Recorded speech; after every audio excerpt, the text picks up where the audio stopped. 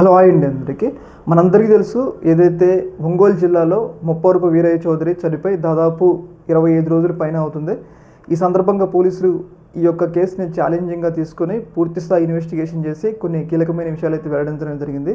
ముఖ్యంగా ఏదైతే వీరయ్య చౌదరిని ఎవరు చంపారు, చంపాల్సిన కారణాలు, ఈ రెక్కి, ఇవన్నీ విషయాల మీద పోలీసులు అయితే పూర్తిస్థాయి ఇన్వెస్టిగేషన్ చేసి మీడియాకి అయితే కొన్ని వివరాలు అయితే వెల్లడించడం జరిగింది అధికారికంగా. అయితే ఇందులో భాగంగా అందరికీ కూడా కొన్ని డౌట్లు వచ్చినాయి. ఏంటంటే, ఇప్పుడు ముప్పవరపు వీరయ్య చౌదరిని అంత కసిగా చంపాల్సిన అవసరం ఏంది? దాదాపు ఆయన ఒంటి మీద కేవలం 2.5 నిమిషాల్లోనే 53 కత్తిపోట్లు పొడిచారంటే అసలు ఎందుకు పొడిచారు, అంత కసి ఎవరికి ఉంది అని చెప్పేసి పోలీసులు పూర్తిస్థాయి ఇన్వెస్టిగేషన్ చేయడం జరిగింది.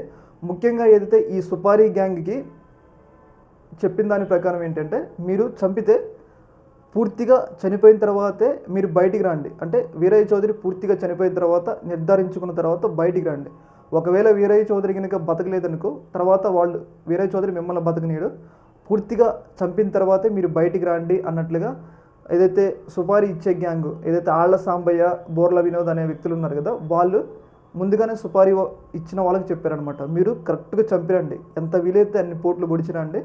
అట్లా పొడిచొచ్చిన తర్వాతే మీకు ఎలాంటి ఇబ్బంది ఉండదు. ఒకవేళ వీరయ్య చౌదరి బతికితే మాత్రం మీ ప్రాణాలకు ముప్పు ఉంటుందని చెప్పడంతోనే వాళ్ళు అన్ని కత్తిపోట్లు పొడిచారని చెప్పేసి పోలీసులు అయితే ప్రాథమిక నిర్ధారణకి అయితే రావడం జరిగిందనమాట.